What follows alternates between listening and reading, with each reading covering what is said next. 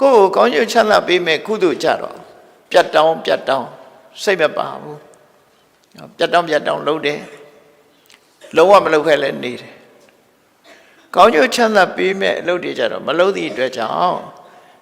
အဲ့ဒီကောင်းကျိုးချမ်းသာကိုရဖို့ဆိုတာအလှမ်းဝေးတယ်ပေါ့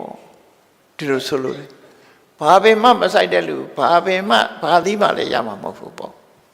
နော်ဘာအစိမ့်မှမဆိုင်ဘာပင်မှလည်းပေါက်မှာမဟုတ်ဘူးပေါ့အဲ့တော့ကောင်းမှုမလုပ်လို့ရှိရင်ကောင်းကျိုးချမ်းသာပေးမဲ့အရာကကိုယ့်ဘဝမှာပေါက်လာမှာမဟုတ်ဘူးပေါ့ဒါကြောင့်မို့ဒါနကောင်းမှုမလုပ်ရင်လည်းအဖြစ်လျက်ဘဝမှာဆင်းရဲမွဲတေစားစရာမရှိတဲ့အနေအထားမျိုးနော်အဲ့ဒီနေရာမျိုးရောက်သွားတာသီလမရှိသည့်အတွက်ကြောင့်ဖြစ်လာတဲ့အချိန်မှာယောဂါတွေထူပြောတယ်စုထားတာလေးကုန်မြန်တယ်နော်အဲ့ဒါမျိုးတွေသီလပြတ်သွားပြီဆိုရင်လည်းပဲ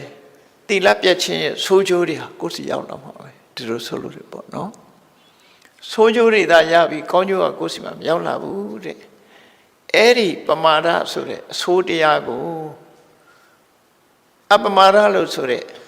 ကုသိုလ်တရားပေါ်မှာစိတ်ဆိုင်ပြီးတော့ကြိုးစားအထောက်ခြင်းကိုယ့်အတွက်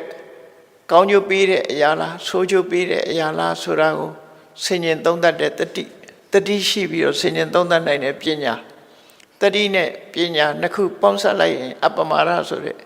ကောင်းမြတ်တဲ့အရည်အသွေးတစ်ခုကိုရလာမှာပဲဖြစ်တယ်ပေါ့